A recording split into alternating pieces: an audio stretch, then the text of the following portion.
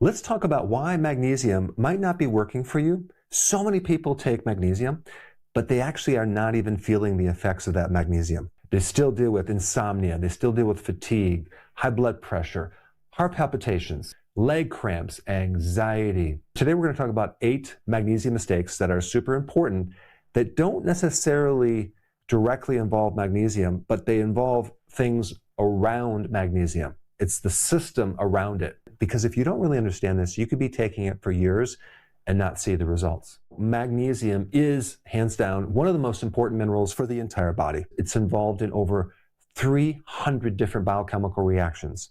It helps you control heart rhythm, blood pressure, sleep, energy, insulin that helps you control blood sugar. Magnesium is vital for nerve function, mitochondria, especially in the making of ATP. So let's start where the mistakes begin. Okay, number 1, thinking magnesium works by itself. And all you need to do is just take magnesium and it'll work. Not true. The most important helper cofactor is vitamin D. And also, on the flip side, in order for vitamin D to work, you also need magnesium. They both are dependent on each other. And I'm not talking about just the regular amount of vitamin D that people recommend, like 600 IUs. You need at least 4,000, 5,000, 10,000 IUs of vitamin D3 to have sufficient amounts for magnesium to work. And that brings us to another point. So many people are deficient in vitamin D. They don't even know it. And that could be the reason why they're expressing magnesium deficiency symptoms. Not only because they're missing magnesium, but they're also missing vitamin D3. But it doesn't just stop there. Vitamin B6 is also necessary for magnesium to get into your cells. You also need another mineral called potassium for magnesium to work. And out of all the minerals that you need large amounts of potassium, like 4,700 milligrams per day. Rarely does anyone get that much.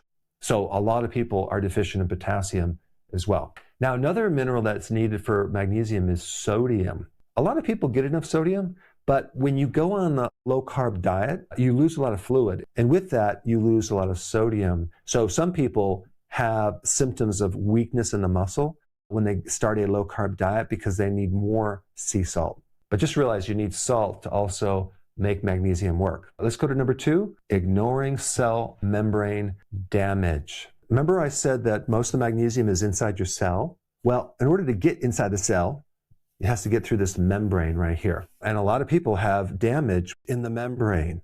And so then the question is, what damages the membrane? The big one is seed oils. An average person consumes between 20 and 25% of all their calories from seed oils, corn oil, soy oil, canola, cottonseed, concentrated fats that ancient man never consumed in abundance, and they're highly processed, which means they create inflammation. But they have the ability to embed in your membranes. They also mess with the receptors for insulin, creating more pre-diabetic situations. And so they really overload the cell with something called omega-6, which is more inflammatory. In order for that magnesium to get in the cell, you need good membranes. And this is why when someone stops consuming seed oil, it doesn't just solve the problem overnight. It takes literally like 600 days for all of that to be cleared out so those membranes can start working again. And I think also one symptom of a problem with the cell membranes is your arteries are rigid and you have high blood pressure. That's a clarifying symptom that you might have problems with the membranes because the inside of the body is very, very brittle and stiff. Number 3, understanding stress and what it does to magnesium. Stress is like causing a body reaction, okay? It's more of a body reaction than an emotion. It's shutting down your digestion. It's lowering your immune system. It's decreasing blood flow to certain organs, especially the stomach. This is why ulcers can be triggered by stress. That then increases the demand for magnesium and the loss of magnesium at the same time, creating a magnesium deficiency. You're just going to need more magnesium. Also, when you consume more caffeine, you lose magnesium. And so if you're stressed, anxious, overworked, wired, you're going to need magnesium. Next one is taking the wrong type of magnesium. The most common magnesium that people take when they go to the drugstore and buy it is magnesium oxide. It's the worst. You only absorb 3% of it. A much better form of magnesium is magnesium glycinate. This is magnesium attached to glycine, which is an amino acid that will increase GABA in your brain to help you sleep and be calmer. And you absorb like 80% of that. There are other forms of magnesium that are good. I did a whole video on that. I will put a link down below if you want to learn more about that. But the magnesium that I take is magnesium glycinate. Number 5 is you are blocking the absorption of magnesium without even knowing it. Some common blockers: taking too much calcium. If you take a look at the average multi, one a day, the first ingredient is calcium carbonate, the worst form of calcium. It's like limestone. It's like eating a rock. In a lot of those supplements, they don't even have magnesium, but too much calcium will inhibit the absorption of magnesium. If you take high doses of zinc long term, that can inhibit magnesium. Fluoride from the water and fluoride treatments can also block your magnesium. Aluminum can block magnesium, and also acids and acid blockers can block magnesium. Low stomach acid, a lot of people have that. You need this strong acidic stomach to absorb minerals, especially magnesium, and that could be the reason why you're low in magnesium, because you don't have enough acid in the stomach, in which case you should take something called betaine hydrochloride. Number 6 is thinking that the RDAs for magnesium are going to be therapeutic. When they came up with these RDAs, it was just basically levels to prevent a disease. And by the way, they were designed 100 years ago, and they haven't been updated. These RDAs were not designed to create a therapeutic effect. So one of the biggest problems in the area of nutrition is, how much do you need? What about if you're trying to correct a major deficiency? You need larger amounts, a therapeutic dosage. I mean, especially when you're talking about vitamin D3, you probably need 20, 30, 40,000 IUs of vitamin D3. But the RDAs for magnesium are roughly between 400 to 460. But those are not therapeutic healing dosages. 400 milligrams is just enough to kind of get you by, to prevent a major problem. But they're not designed to fulfill all of your machinery for energy, your sleep quality, to overcome insulin resistance, to actually try to correct arrhythmias, atrial fibrillation. If someone has a major problem like a Charlie horse and they take 400 milligrams, they might not see much change unless they go up to 800, 1200, or even sometimes 1600 milligrams per day.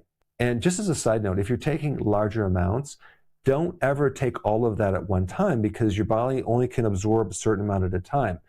Break it down into smaller amounts and spread it through the day, between 300 or 400 milligrams at a time, and then just spread it out. That way you can actually start increasing more amounts if you're trying to create a therapeutic effect, especially if you're under stress or you have some type of illness, some type of chronic problem. Number 7, having unrealistic expectations. And I kind of just touched on that, but sometimes people have this idea that all I have to do is just take a little bit of magnesium and all my symptoms will go away right away, instantly, because it works like a drug. No, it does not work like a drug. Vitamins and minerals are helper things in biochemistry. And if the biochemistry is broken, it takes a while to get that to work again. You can't create a drug effect with vitamins or minerals. And also, it's not just about feeling like getting more energy or an instant relaxation of a muscle, because there's a lot of other things related to magnesium that you can't really feel, like rebuilding tissue or repairing or healing something. It's a very slow, gradual thing that you're not going to even perceive for weeks. Like refilling your intracellular storage of magnesium to help balance out calcium, to help saturate certain receptors that help reduce your stress level. And magnesium is also involved in a lot of reparative actions as well. I know with me personally, I had a major magnesium deficiency, and I had these cramps that would wake me right out of bed, and they would literally just in the early morning just start cramping up, and my toes would come down like this. And I took magnesium, but it didn't really work right away. So it took some weeks before it got better. And as a side note, a lot of people ask me what supplements I recommend. I have a line of high quality supplements. If you want more information about that, you can go to Amazon.com and search Dr. Berg supplements. Number 8, the missing insulin connection. It's where you consume a lot of carbohydrates, or you eat frequent meals, or you snack, and then all of a sudden insulin doesn't work anymore. And what's happening in the cells is you're developing insulin resistance. That alone will block the absorption of magnesium. And also, if you have a magnesium deficiency, you're more likely to develop insulin resistance in the first place. So it goes hand in hand. And this is why a pre-diabetic, a diabetic, someone with insulin resistance should not just take a regular amount of magnesium, they should take more than usual. And on the flip side, when they're on low carb, they lose a lot of fluid, they lose more electrolytes sometimes, so they need to take magnesium, sodium, and potassium to kind of keep up their electrolytes for a different reason.